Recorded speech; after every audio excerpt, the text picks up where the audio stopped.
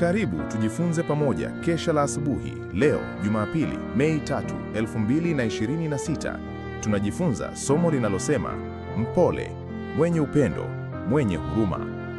Fungu la leo linatoka katika kitabu cha Zaburi 86:15. Linasema, lakini wewe Bwana, u Mungu wa rehema na neema, mvumilivu, mwingi wa fadhili na kweli.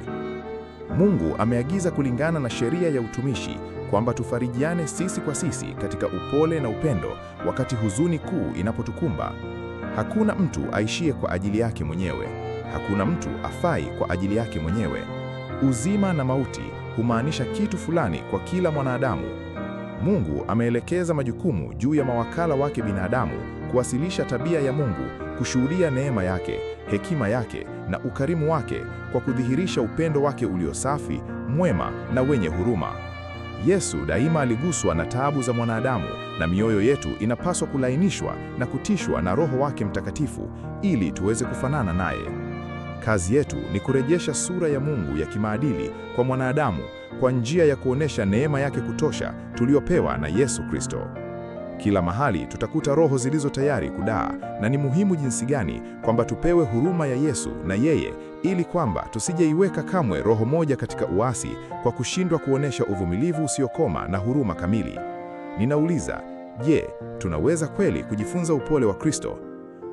Jinsi gani tunahitaji kumjua Yesu na Baba yetu wa mbinguni ili kwamba tuweze kumwakilisha na tabia yake.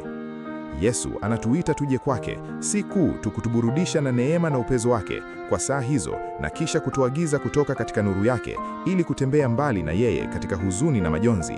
La hasha, hapana. Anatuambia kwamba tunapaswa kukaa pamoja naye na yeye pamoja nasi. Popote pale ambapo kazi yake inapaswa kufanyika, yeye yupo, mpole, mwenye upendo na mwenye huruma.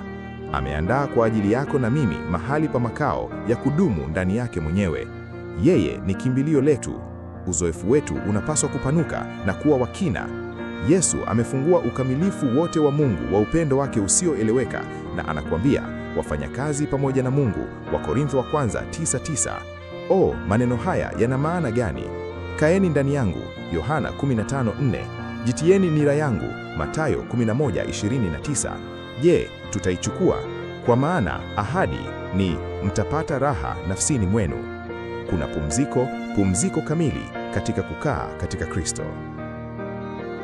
Usisahau kufollow, subscribe, like, share na kucomment kwa jina la Mpakani SDA Church kusaidia ujumbe huu kuwafikia wengi. Uwe na tafakari njema.